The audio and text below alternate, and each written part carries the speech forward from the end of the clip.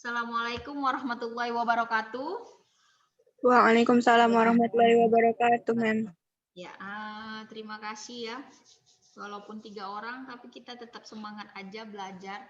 Nah, untuk materi hari ini kita masih tentang Jepang tuh, tapi karena memang ulangan harian kita kemarin yang beberapa pertemuan itu belum ada ulangan, maka di minggu ini saya buat ulangan, tapi hanya 5 soal aja saya buat di situ supaya mengingat aja, kembali mereview ingatan-ingatan kalian tentang materi. Jadi hanya 5 soal aja saya buat. Jadi tetap dikerjakan ya di psikologi untuk ulangan harian. Maka materi pada minggu ini itu saya buat terlepas dari dari materi dari KD kita, tapi masih berhubungan tentang Jepang.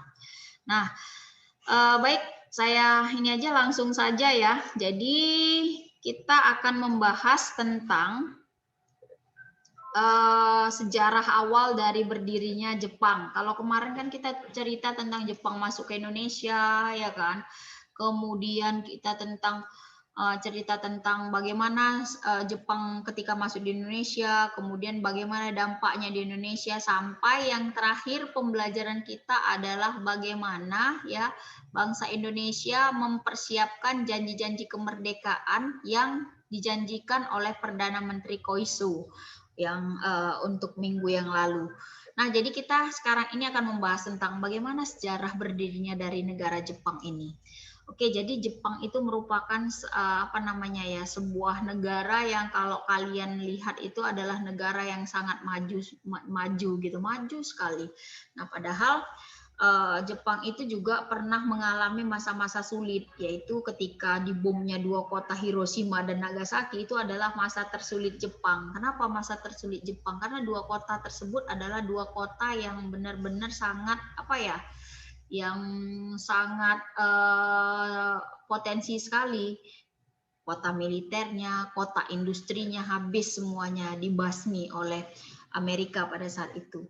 Nah, jadi ketika kita membahas tentang Jepang, jadi Jepang itu kita mulai aja lah sejarah berdirinya itu di sekitar tahun 1600-an atau pada abad ke-16 Jepang itu mulai ada. Nah, jadi diceritakan di sini si Ieyasu itu dia berhasil menyatukan wilayah-wilayah Jepang. Nah, kalau kalian lihat ya, wilayah Jepang itu sebenarnya nggak luas. Nah, ini dia, wilayah Jepang itu hanya seperti ini aja. Nah, kalau dibandingkan dengan wilayah Indonesia yang luas, nah jauh kali sih ya, jauh kali Jepang itu. Ini paling seukuran dengan wilayah ini aja, wilayah antara Pulau Sumatera dengan Pulau Jawa saja menurut saya, ya kan? Pun masih luasan antara Pulau Jawa dengan Sumatera, belum lagi pulau-pulau yang lain yang ada di Indonesia. Jadi sebenarnya Jepang itu negara yang kecil, tapi mereka mampu untuk memberdayakan sumber daya alam dan sumber daya manusianya. Nah, ketika Ieyasu itu berhasil menyatukan Jepang dan membangun sebuah kekaisaran ya. Nah, jadi si Ieyasu ini kemudian mulai membangun apa? Membangun kebudayaan, membangun semua aspek-aspek untuk menjadikan kerajaan ataupun negara itu menjadi sebuah negara yang maju, makmur, rakyatnya itu makmur, ya kan, hidupnya tentram. Nah, dia mulai mulai membangun, ya kan, mulai membangun. Jadi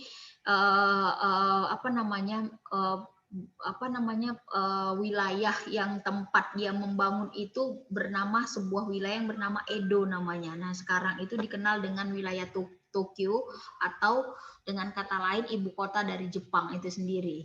Nah, jadi ketika si Ieyasu ini berhasil membangun ya, akhirnya Jepang itu mampu menjadi sebuah negara yang berdiri sendiri tanpa bantuan dari negara lain, tapi prosesnya sangat panjang sekali. Nah, bagaimana kebudayaan Jepang?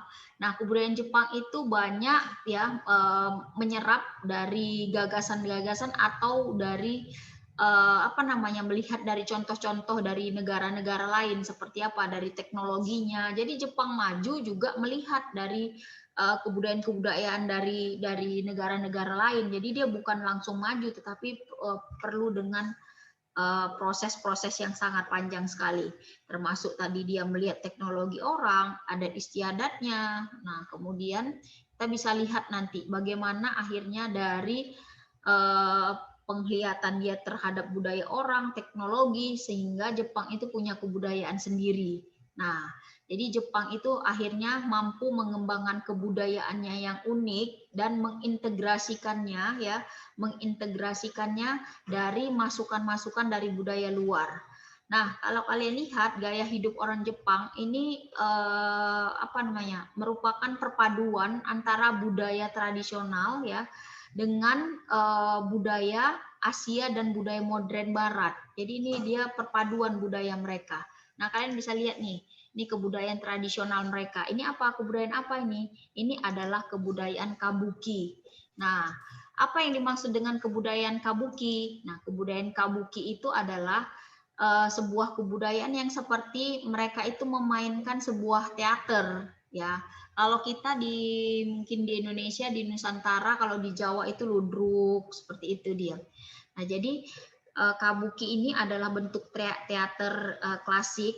Dia berevolusi, artinya apa? Berubah, tapi lambat sekali, ya, lambat sekali berubahnya. Nah, apa yang dimaksud dengan Kabuki? Kabuki ini adalah sebuah bentuk teater yang ada irama-irama musiknya. Kemudian ada ucapan-ucapan ataupun ada aktor-aktornya di situ, sama seperti ludruk. Nah, itu dia. Tapi yang membedakan di sini ya ludruk di sini ini dengan si Kabuki ini mereka ini lebih kepada apa ya, dandanannya itu, make up-nya itu sangat tebal sekali, jadi mirip-mirip kayak badut ini ya. Tapi itulah kebudayaan mereka, inilah yang disebut dengan Kabuki tadi itu. Nah, kemudian kebudayaan yang lain adalah kebudayaan Noh. Nah, apa yang dimaksud dengan kebudayaan Noh? Kebudayaan Noh itu juga masih sama, dia seperti Kabuki, tapi ini berbeda. Kalau tadi itu dia kayak seperti teater main drama atau apa. Di sini teaternya itu ada musikalnya, ya. Nah, jadi ya Noh ini adalah teater musikal yang tertua di Jepang. Hampir sama sih kayak ini seperti badut juga, cuman dia musik, teater musikal, ada nyanyi-nyanyinya dia. Nah, menceritakan tentang kebudayaan-kebudayaan atau tentang apa saja. Nah, jadi katanya di sini pencerita tidak hanya dialog tetapi juga dengan nyanyian seperti yang saya katakan tadi. Nah, ini adalah ya yang disebut dengan kebudayaan ataupun Noh ataupun teater musikal. Dan yang paling diminati itu adalah kebudayaan modern. Nah, kalau kalian lihat nih ya, ini apa nih ya? Ini sangat terkenal sekali kebudayaan kalian lah ini. Anime. Iya, benar, film anime. Kartun ya Jepang sekarang itu kan diminati oleh orang-orang yang ada di seluruh dunia, ya kan. Anak-anak remaja itu suka sekali dengan kartun-kartun anime ini, sampailah saya rasa anime ini cikal bakal dari apalah dia webtoon orang-orang Korea menurut saya juga, ya kan. Nah, jadi di sini kalau kalian lihat ya, film-film anime kartun Jepang itu menjadi hiburan sekali bukan saja bagi anak-anak Jepang, tapi untuk anak-anak di seluruh dunia. Kalian mungkin pernah lihat tuh ada kartun Astro Boy, ya kan. Nah, kalau saya di masa saya ini ada Astro Boy, ada Doraemon. Nah, ini yang paling saya suka nih, Sailor Moon. Ya kan, Doraemon juga saya suka karena apa? Ya, dia menyuguhkan fantasi-fantasi, ya kan, dari kantong ajaibnya. Mungkin saja, ya kan, ada kantong ajaib, dan banyak dari kantong ajaib Doraemon itu yang sudah dijadikan nyata oleh pemerintahan Jepang, ya kan, teknologinya seperti itu dia. Oke. Bagaimana politik dan pemerintahan Jepang? Jadi politik dan pemerintahan Jepang itu kita bisa lihat. Nah, nama Jepang itu selalu menyebut nama dia adalah Nippon. Kalau kita bilang Nippon, tapi mereka bilang Nihon namanya. Nah, jadi Jepang ini mau dipandang sebagai negara yang telah mengalami perubahan paling besar dibanding negara-negara lain. Karena apa? Karena dia ingin menjadikan dirinya itu adalah penguasa dari bangsa-bangsa Asia. Nah, jadi kalaupun dia memiliki apa namanya latar belakang geografis yang sangat apa namanya yang sangat kecil, kemudian ataupun tidak ini ya, tidak seperti geografis bangsa-bangsa yang lain, tapi Jepang itu mau menjadikan posisi geografis mereka itu hal-hal yang negatifnya menjadi positif. Antara lain mungkin kalau kalian lihat ya, Jepang itu kan suka sekali terjadi gempa. Karena apa? Karena memang dikelilingi oleh gunung-gunung berapi. Jadi memang daerah-daerah yang memang dikelilingi oleh gunung berapi dan laut itu potensi sekali terhadap gempa. Jadi hampir setiap hari itu di Jepang itu gempa nih katanya di sini. Oke, berikutnya. Nah, jadi Jepang itu merupakan negara maju yang mana negara Jepang merupakan memiliki kebudayaan yang sangat kuat. Nah, ya benar. Ini kita berbicara tentang Jepang di era yang sekarang ini. Peta Jepang. Nah, kemudian kalian bisa lihat ini Gunung Fuji. Waduh, kalau saya lihat Gunung Fuji ini, wah keren sekali ya. Nah, disinilah tempat mungkin tadi masyarakat Jepang itu sendiri menyembah. Jadi penyembahan mereka itu selain kepada dewa matahari, juga terhadap apa namanya Gunung Fuji ini. Ini dianggap sakral. Jadi ada sebuah novel, ya kan, ada sebuah novel cerita kisah nyata dari seorang yang mengidap kanker, ya kan, yang apa namanya rumahnya itu berada di sekitar Gunung Fuji, ya, seorang perempuan yang mengidap kanker pada saat itu. Lalu dia sudah vonis oleh dokter hidupnya itu nggak lebih daripada 6 bulan. Nah, kemudian dia nggak bisa melakukan apa-apa. Jadi hanya dia berpasrah saja. Lalu di dalam ceritanya di novel itu yang dia lakukan setiap hari itu dia selalu membungkukkan badannya, dia kemudian memohon, ya kan. Nah, ini sebenarnya sirik sih kalau di dalam kita, ya kan. Tapi kan kalau orang Jepang kan berbeda dengan kita. Nah, dia memohon kepada kepada dewa, ya kan, menghadap Gunung Fuji ini supaya disembuhkan penyakit kankernya tadi. Apa nih? Oke, bentar ya, ada chat nih. Oke. Nah, jadi setiap hari dia melakukan itu, setiap hari berbulan-bulan sampai dengan lebih daripada 6 bulan, hitungan bulan ke-8 atau ke-9, dia nggak mati juga, dia nggak meninggal juga. Heran dia, kenapa dia nggak meninggal juga ya? Akhirnya dia menemui dokter dia tadi, gitu kan. Dokternya pun kaget, kenapa ya? Ketika diperiksa gitu kan lagi, nah nggak ada lagi kanker-kanker yang ada di tubuhnya. Itu dia. Artinya apa? Sugesti dalam diri dia itu kuat, ya kan? Permohonan dia itu terhadap dewa-dewa mungkin di sini itu dikabulkan. Nah, itu dia. Itu cerita dia di sebuah novel. Oke. Kemudian kalau kita lihat nih ya, ini Gunung Fuji tadi. Nah, ini adalah bagaimana sistem dari pemerintahan Jepang, mulai dari kekaisaran sampai pemerintahannya Perdana Menteri. Ini benderanya yang disimbolkan sebagai matahari terbit, dan ini mata uangnya, mata uang yen. Nah, ini letak geografisnya, kalian bisa lihat ya, seperti yang tadi saya katakan bahwasanya Jepang itu memiliki 4 pulau utama, Pulau Hokkaido, Honshu, Shikoku, dan Kyushu. Baik. Nah, ini kalian bisa lihat ya, di Jepang itu katanya sering sekali terjadi gempa bumi. Nah, setiap tahun bisa mencapai ribuan kali di sana. Makanya Jepang itu selalu menyiapkan hal-hal yang terburuk. Nah, jadi kalau gempa kan biasanya potensi tsunami-nya itu ada. Nah, maka di Jepang itu, laut-laut di Jepang itu mereka sudah menyiapkan benteng-benteng yang sangat tinggi. Jadi benteng itu nanti ya, benteng yang sangat tinggi itu nanti mereka desain pintunya itu bisa nutup sendiri dan bisa terbuka sendiri. Nah, itu adalah salah satu cara yang mereka buat untuk menangkal tsunami. Nah, selain itu mereka juga menciptakan alat yang bisa mendeteksi ya gempa tersebut berpotensi tsunami ataupun tidak. Nah, jadi Jepang itu merupakan negara yang kekurangan dataran rendahnya. Jadi dia hanya sekitar 13% saja katanya wilayah dataran rendahnya. Nah, jadi di sana curah hujannya cukup tinggi. Nah, terutama di kepulauan-kepulauan. Jadi subur juga sebenarnya sih. Nah, ini belum selesai nih.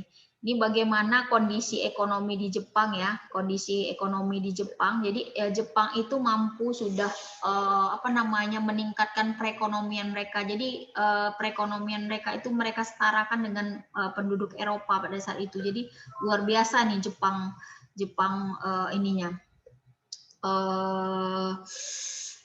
bersaing dengan negara-negara yang ada di Eropa ataupun Amerika ya. Nah, ini kalau kalian lihat ya, pertanian di Jepang itu luar biasa. Mereka terkenal sekali dengan sistem hidroponiknya. Pertaniannya itu super modern, super canggih. Jadi nggak ada lagi petani-petani di sana ya, petani-petani di sana yang kalau manen ya, kalau misalnya mencabut atau mengapain padi-padi itu dengan misalnya yang namanya ani-ani atau yang sekarang ini pakai traktor dia kan. Nah, kalau di Jepang traktornya itu langsung dia masuk secara rapi, kemudian itu padinya masuk, kemudian ada juga alat yang mengeringkan di dalamnya, langsung keluar dia berasnya. Jadi luar biasa. Jadi teknologi mereka itu sangat terkenal sekali Jepang. Kita ketahui, kita acungkan jempol bagi teknologi Jepang mungkin ya kan. Oke. Nah, hasil-hasil pertaniannya kalian bisa lihat tuh ya, beras-beras mereka itu sangat baik sekali kualitasnya. Nah, ini hutan di sana itu ya mencakup 67% ya kan, 67%. Namun hutan-hutan di sana itu berada di daerah pegunungan yang nggak terjangkau dia oleh masyarakat ya, nggak terjangkau karena memang sangat sangat luas dan sangat ekstrim sekali. Nah, kalau Jepang tuh terkenal dengan ininya tuh ya, ikannya. Jadi mereka itu makan ikan mentah, ikan tuna. Nah, kalau kita ini ikan seperti ikan tongkol ya kan. Jadi hasil-hasil tangkapan mereka itu ya berupa ikan yang masih segar-segar. Karena memang masyarakat Jepang sendiri makan ikan mentah. Nah, ini dia, kalian bisa lihat nih. Ini adalah taman ya, taman dari yang berdekatan dengan Gunung Fuji juga, di mana daerah sekitaran Fuji ini ya, daerah-daerah terpencil itu ada pertambangan batu bara, kemudian ada tembaga, tapi nggak sebanyak yang ada di Indonesia. Nah, ini yang paling terkenal otomotif, ya kan, Honda, kan merek-merek otomotif dari buatan Jepang. Kemudian kalau untuk kendaraan bermotor lainnya seperti Toyota. Nah, ini adalah hasil-hasil teknologi otomotif yang sangat dikenal sekali, bukan saja di Indonesia tapi di dunia, dan merupakan ya, otomotif ini merupakan pasokan terbanyak untuk ke Indonesia. Oke, berikutnya ini kalau kalian lihat nih teknologi mereka di bidang transportasi. Jadi kereta api ya udah kereta api listrik, ya kereta api cepat listrik. Kemudian mereka sudah memakai terowongan-terowongan bawah tanah, kemudian di atas. Jadi teknologi mereka di bidang transportasi itu ini nggak perlu diragukan lagi. Dan mereka ya, masyarakat Jepang itu sangat memudayakan budaya disiplin yang luar biasa sekali. Akan terlihat ya ketika naik kereta api ini, orang nanti yang keluar itu akan didahulukan. Jadi orang yang mau masuk ke dalam kereta api ini akan menunggu orang yang keluar dulu. Jadi budaya tertib mereka itu luar biasa. Tertib luar biasa, disiplin yang luar biasa. Mereka itu kebudayaan malunya itu lebih tinggi daripada apapun. Meludah aja pun di sembarangan mereka nggak boleh, malu, apalagi kalau buang sampah. Jadi kalau mereka makan snack ataupun apapun ya, kalau nggak ada tempat sampah itu mereka akan masukkan ke dalam tas ataupun dalam kantong nanti dibuang. Seperti itu. Jadi budaya disiplin, malu, tertib itu luar biasa sekali di Jepang. Dan itu yang sebenarnya yang harus kita contoh untuk Indonesia. Nah, ini adalah agama. Kalau di Jepang tuh biasanya agama mayoritasnya Buddha, kemudian ada Shinto, kemudian ada budaya Konghucu di sana juga. Oke. Berikutnya ini adalah kebudayaan Jepang, mulai dari kimono. Wah, kita sekarang kalau misalnya pakaian-pakaian adat ini ya, tempat rumah makan yang ada menyewakan jasa ini, wah kita selalu pakai. Karena apa? Pengen sekali rasanya mencoba bagaimana ya pakaian adat dari orang-orang Jepang itu. Oke. Nah, ini juga ada kebudayaan minum teh juga, kebudayaan minum teh orang-orang Jepang. Nah, ini bagaimana kerjasama antara Indonesia dan Jepang. Tapi perlu kalian ketahui, Indonesia setelah Indonesia merdeka itu ya 1945 atau 1949, banyak tambang-tambang yang ada di Indonesia itu milik Jepang, rata-rata sahamnya 99%. Ya, bukan hanya tambang sebenarnya, tapi perusahaan-perusahaan kayak Sigura-gura, Inalum itu dulunya adalah milik Jepang. Sahamnya itu hampir 99%. 1%-nya itu adalah saham Indonesia, itu pun cuma saham untuk tempat lahannya. Nah, tapi sekarang ini ya sudah dimiliki oleh Indonesia. Jadi Jepang itu nggak punya saham, udah diambil alih semuanya kepada Indonesia. Oke, mungkin itu saja ya kalau saya bercerita tentang Jepang ya, sedikit saja. Ada yang mau ditanyakan, Nak, tentang Jepang? Silahkan. Ada? Ada? Uni, Anissa, Sakila, saya harap sudah ya, Nak ya, sudah paham ya. Nah, jadi kalau misalnya sudah paham, itu hanya pengantar saja tentang Jepang. Jadi kita nggak melulu cerita tentang Jepang yang ketika dia jajah, tapi kita nggak tahu Jepang itu secara rinci bagaimana negaranya, kemudian agama di sana, pemerintahannya, mata uangnya. Nah, saya sudah jelaskan tadi. Baik, kalau tidak ada pertanyaan ya, saya tutup saja. Terima kasih atas waktu dan kesempatannya Uni, Sakila, dan Anissa Pratiwi. Semoga kalian dan kita semua dalam keadaan sehat. Saya tutup. Assalamualaikum warahmatullahi wabarakatuh. Waalaikumsalam warahmatullahi wabarakatuh.